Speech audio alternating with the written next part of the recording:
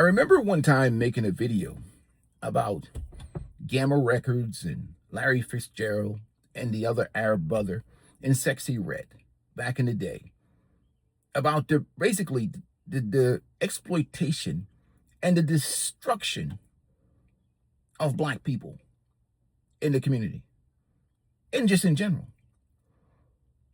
But people don't remember I made that video. You know why? Because a lot of people live in their feelings. But one thing about life experience, see, I was alive late 80s, 90s. I've lived through the music. I've lived through the culture. I've lived through all of these things and changes in society. So it's called lived experience in life. And we understand there's a system in place of social programming, a system of destruction. But that's just one aspect of it. And there have been many people, activists. There's been documentaries after documentaries. There have been people from all different walks of life that have educated black people, the black community, about the destruction that was being brought forth by the music, but more so by the destruction of the family, the nuclear family. Malcolm X, and from the 60s, warned black people about getting in bed with these liberals because they use black people for votes and as some type of social experiment for all of their deviant activities. Activists after activists after activists after educational programs after educational programs after documentary after documentary. I was there. Movies, documentary, series. And even in 2026, everybody at the click of the finger can go to Google or go to YouTube or go and watch these documentaries from all of these people. Dr. Claude Davis, everybody is really exposed to truth about what's happening with the record industry, the exploitation, even with the system, even with the government. Knowledge is vast for those who seek it, to those who want it. So we come 2026, okay? A Peaceful Life is on YouTube. This is their platform, okay?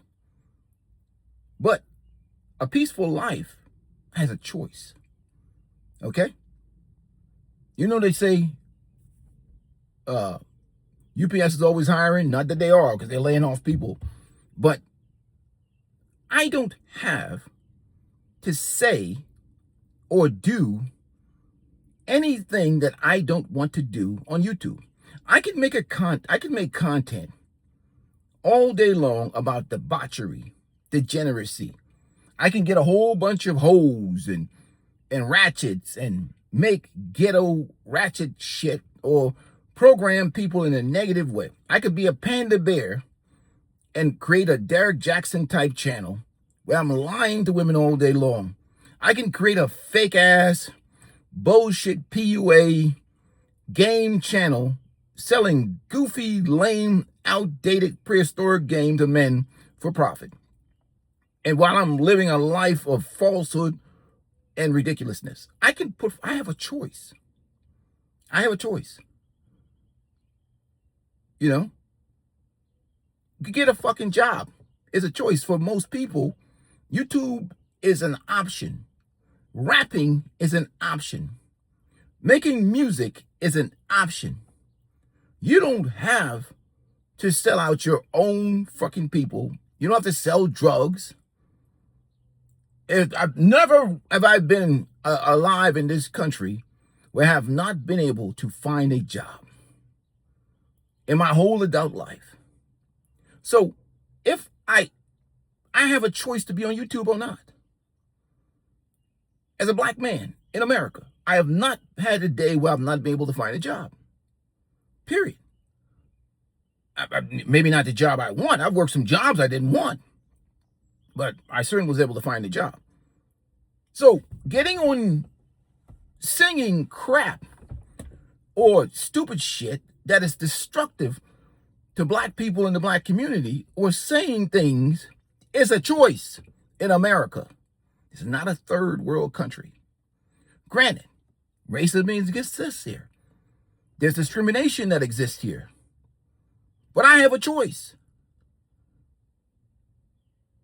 Nobody has to rap in America. This is a first, well, many can make an argument. You have the ability to make a living here and survive. So as much as the record executives and the people are programming and creating an environment that is completely jacked up, discriminatory, harmful, dangerous, by promoting only certain degeneracy and ratchetness and destructiveness to black people, I am not a droid or a fool. That's like if YouTube was trying to get me to say certain shit, I would give YouTube the middle finger and walk away. And that's really that simple. YouTube only controls certain things as much as I'm invested in being on YouTube. And if YouTube tries to get me to say things that I don't want to say, that are destructive to certain people or whatever else, you know what I'll do? I would quit YouTube. It's the same thing with rapping. It's the same thing with anything else. People can walk away. But they don't want to walk away. You know why? Because of the money. It's the money. Anywhere Young Miami and all these people have choices.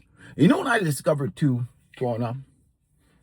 Many of the drug dealers, you know, you think that most of them came from the poor and distraught families and whatever. No. Dude, father works at Boeing, mom is a nurse sometime. And some dudes just wanted to be drug dealers. Some dudes did it for survival. Many people, many of the rappers nowadays, half of these dudes be making up, they be busted for being frauds all the time, you know. And we find it all the time, these suburban fake thugs. You know, even when I worked detention and many of these places, you know what the easiest kids for me to deal with? The kids that actually grew up with real hardship. They were the easy ones. You know what the hardest kid to deal with? The fake suburban thug. It was easier for me to deal with a real killer and to deal with a fake ass, fake tough suburban because he felt he had something to prove. Because system and culturally, this idea of being this tough guy thug was an image he's trying to perpetrate, but when he was really a suburbanite. So he's acting out as opposed to somebody who's really lived through some hardship in life, and they're just happy to have somebody that cares about them. And they look at this ungrateful bastard over here who was raised with a silver spoon in his mouth, you know, and he doesn't have any appreciation for it because he doesn't appreciate the life that his parents has created for him. And that's when it's easier for me to get along with young men that are damn killers and robbers than this fake suburban street thug. And that's what a lot of drug dealers are. And not the kids that are raised in a certain environment, yeah, certain thing, but a lot of guys just were into the life. I was there. I was around it. I've seen it. The same thing with rapping. There was a time period when there was just purely social self-destructive programming, but we've advanced past that to 2026. Now it's about purely money, cash. The record companies is jacked up, systematically is jacked up, and the individuals nowadays care nothing about how it affects people. The time of ignorance is still there, but the knowledge is still out here now. The documentary is out here now. It's all out here, and these people are choosing now. They're choosing now. They know it's jacked up. Any more than a person who makes pandering. Now, Derek Jackson knows that shit is a lie, but he's an entertainer. But does it matter if it destroys women's lives or any of these other people making this content? That PUA guy or that game guy knows that deep down inside, he knows your ass is going to get clowned when you walk up to those women. But he's still selling you that course for $49.99 a month. You notice I don't sell that goofy shit You travel the world enough. This is only in the culture of America where we try to encourage men to start talking like pimps that talk, because that game shit is really for damaged women, realistically. And everybody think that there's a pimp. Guys my age that don't have leverage and options in life, and that mouthpiece shit that they still kicking, like they're immature, this crazy ass mentality and mindset. But people have a choice in 2026. And it is just people want the easy money. It ain't easy. Trust me, it's hard. But they think it's easy money. And it's a lot of money if you're successful. So it comes down to the money. We already know the debauchery. We already know the damage. We already know the effects. They're not stupid. It's just that they want to be that way in 2026. Now, if this was 1992 or 1988, we'd have an argument, because a lot of people were blind to what's going on, but everybody knows now. But now it's become about greed. Now it's become about the money. And that's what people don't want to talk about. Many of these people are empowered. They know what they're doing. They read. They understand. And they know what sells. What sells? Sex and debauchery. That's what sells. And that's maybe it's a reflection of who we are as people and those who consume that shit. But it sells all the time. It sells in movie, it sells in entertainment. I mean, we watch movies about all kinds of things in life. But I think ultimately the issue happens with people's family. It's family, really. The destruction of family. Because really, the number one, I mean, we talk about family and institutions. Obviously, the schools have their problems as well. But it all starts at the house. It all starts at the house with families, the nuclear family especially, which we understand systematically put in place. You can go back to, 1960s and the Great Society and Lyndon B. Johnson. We can go into all the details of the history. I know all the history. We all know all the history. It's been jammed in our brain for 1,000 years. But still it comes down to choice in 2026. Because people know. But they still choose to do the wrong thing. Sometimes you could say it's out of survival. But the majority of time, it's out of greed and laziness. They know. Or even certain programming around them. But everybody knows now. The knowledge is out there. Now it just comes down to the choice. So people talking in this circle like they don't know what's good and what's bad or what's wrong or whatever else, it's lies. It's bullshit. People know when they get on YouTube and whatever else what they're saying and what the objective is for what they're saying. The target of this channel is focused on men's mental health and men's self-esteem. I know when I make a video what I'm targeting. I'm targeting male self-esteem. And that's the only way to liberate men from the debauchery of this culture and this society. I understand we live in an environment of gynocentrism. Gynocentric behavior. It's a gynocracy. I know that men get no grace. I know that the system is unfairly rigged against men. I used to be a part of that system. So I already know the situation. I've seen dudes get locked up, highly questionable, especially in domestic things, over and over again. I've been to those custody exchanges where I've managed them, where I've seen the attempts to get that guy locked up from some bitter spouse. I've been through I've been through all these systems myself, married, divorced, all these things. So when I speak from knowledge and experience. So I understand it. I've seen dudes crash out in the 80s and the 90s. Dudes with good parents that were influenced by the culture. Yeah, set in motion a culture for self-destruction. But I've been around this shit. And still there was a choice. There was a choice. I understand how programming works. Period.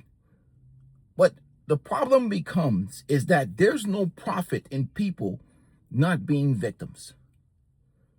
You can't make any money off of people not being victims.